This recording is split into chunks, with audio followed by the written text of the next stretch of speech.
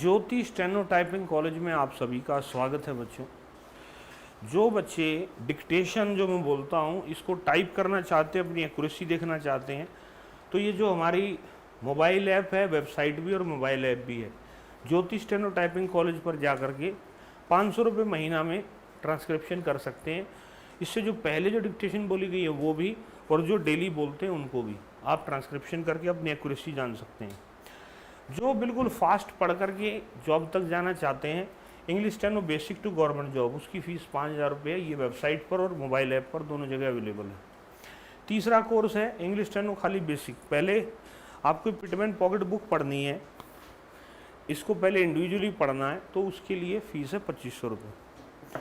ठीक है, तो जो भी बच्चा जो भी कोर्स लेना चाहता है, ये आपके सामने है। प्ले स्टोर पे लिखा होगा ज्योति स्टेनो टाइपिंग कॉलेज। जो पहले थी ज्योति कोचिंग क्लासेस उसके अंदर नहीं है, क्योंकि उसमें ट्रांसक्रिप्शन सॉफ्टवेयर नहीं जोड़ पाए थे, तो इसलिए दूसरी ऐप बनाई है जिसमें आप OTG लगाइए कीबोर्ड के साथ। OTG एक पॉइंट आता है जिसमें USB पोर्ट बन जाता है और उससे आप टाइप कर पाएंगे। तो यानी कि इस जो मोबाइल वाले बच्चे हैं, अब उनके लिए भी कोई दिक्कत नहीं है, वो भी जैसे मतलब ट्रांसक्रिप्शन कर सकते हैं। ये जो तीनों कोर्सेज हैं इनमें ट्रांसक्रिप्शन कंपलसरी है, यानी कि शुरू से ही आपको टाइपिंग, आपको जैसे मतलब भी जो डिक्टेशन बोले जाते हैं उनको टाइप करना पड़ेगा। इनके साथ टाइपिंग के सॉफ्टवेयर सभी के साथ दिए जाते हैं जिससे आप टाइपिंग की स्पीड बना पाओ। जिनको कीबोर्ड याद नहीं है, इसमें कीबोर्ड याद करने की क्लासें भी दे रखी, किस तरह से कीबोर्ड याद करना है, वो सारी चीज़ें इसमें होती हैं। ठीक है, तो मैं पढ़ने जा रहा हूँ अनसीन डिक्टेशन नंबर 126, और ये वेबसाइट और मोबाइल ऐप के ऊपर दोनों जगह लगी हुई है। Dictation start after 5 second. Mr. Chairman, sir, at the outset, I would like to congratulate the Honorable Foreign Minister and his ministry for correctly and tactfully handling the affairs of the ministry and conducting our foreign policy in a very difficult and complicated situation in the world today.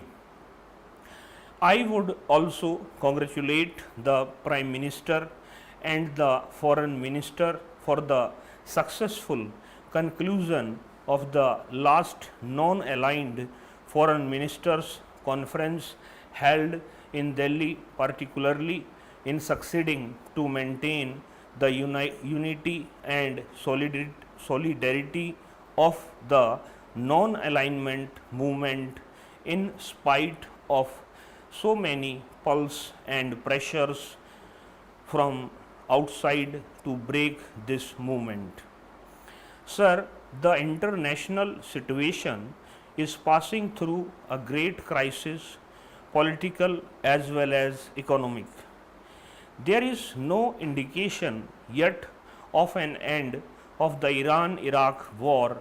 Tension is growing in Southeast Asia. Above all, efforts are being made to turn one non-aligned country against another and to weaken and break up the non-aligned movement. The detente has come to a halt and Cold War winds are blowing in much more aggressive from than 2 decades ago.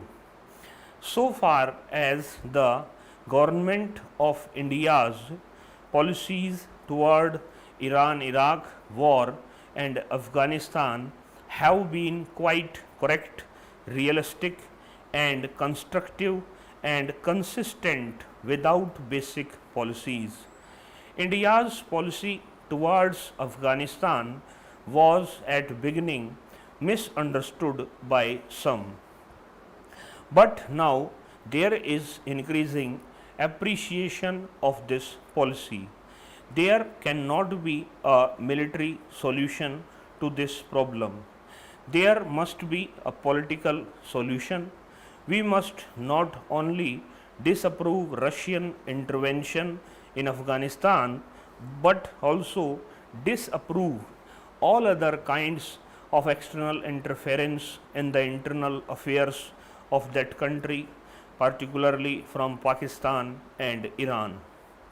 Above all, the problem of Afghanistan has to be looked at in the context of the overall situation in that region unless the escalation of military activities by the great powers in the entire region is halted and reversed. It will not be easy to bring about peace in the region.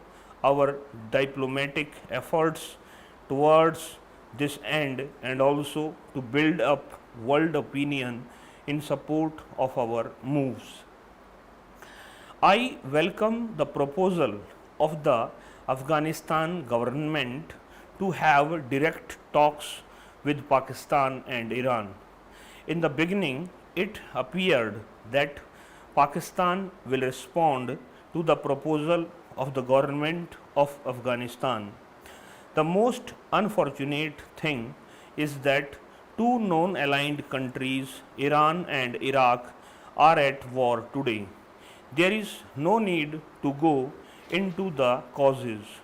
We want the war to come to an end. We want the two countries to solve the problem peacefully through bilateral negotiations. In this case, also, India has been following a correct policy, and I hope that the efforts of the non aligned committee, of which India is a member, will ultimately bear fruit. Sir, we have nothing but goodwill for Pakistan. We want Pakistan to be stable, to make progress and become strong. We want that it makes progress and becomes stable. We also recognize Pakistan's right to have arms. I wish I had some occasion to dwell on this a little more in detail. The concept of peace in Indian civilization is not just the absence of conflicts, it is a peace which is universal. It is a peace wherein man is harmonized with the universe. It is the peace where every being is harmonized with the Creator. That is the kind of all pervading peace we stand for. An ordinary foreign minister, a humble foreign minister, is going to two different countries, two friendly countries who are unfortunately locked in a conflict, in order to tell this to them because they cannot tell it to themselves. Please do not think that in Iran and Iraq diplomacy is lacking and intelligence is lacking. They can do as well as we can, but no one can operate on his own back. Therefore, someone else has to do it. That is small work we are doing, and I would very respectfully beg of you not to use epithets like joke. You can make jokes of any other thing, but not of the Iran Iraq conflict. This I would like to repeat with all the emphasis at my command. I have a concrete suggestion. I have been pestering the officers of my ministry for the last 14 months to tell me specifically where there has been a departure in our policy with regard to neighbors, because certain claims have been made that this was done, that some Himalayan heights of friendship were scaled in the last 3 years before we came in, and that we spoiled in the same. I wanted them to tell me what those Himalayan heights of friendships were that they had scaled, and with which country they had built those impregnable bridges which we have blown up. They were not able to lay their hands on any, and therefore so let us have a debate again on relations with our neighbors. Let us have a debate on Indo-Bangladesh relations, on Indo-Pakistan relations, on Indo-Nepal relations, on Indo-Bhutan relations. If all neighbors are put together, it will get diffused. So, in spite of the constraint of time, if we have to find out where the hitch lies or does not lie, we will have to have debate like this, maybe for 2 hours or maybe for 1 hour.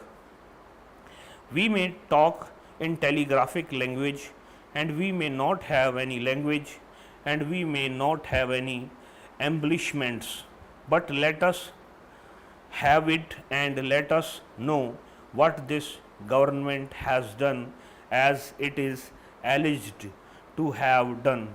Only then it will be possible. Then, sir, I would like to refer to one very interesting, if not amusing, development that has taken place. Today, everyone in every section of this house say that Pandit Jawaharlal Nehru's policy was amicable. I wonder that was said when he was alive. I have gone through the old debates. Website और mobile app पर इसको लगा दिया गया है। अगर आपने अच्छे से लिखी है तो वहाँ जाकर इसको टाइप करें और अपनी एक्यूरेसी को जानें। इस क्लास में इतना ही बच्चों, नमस्कार।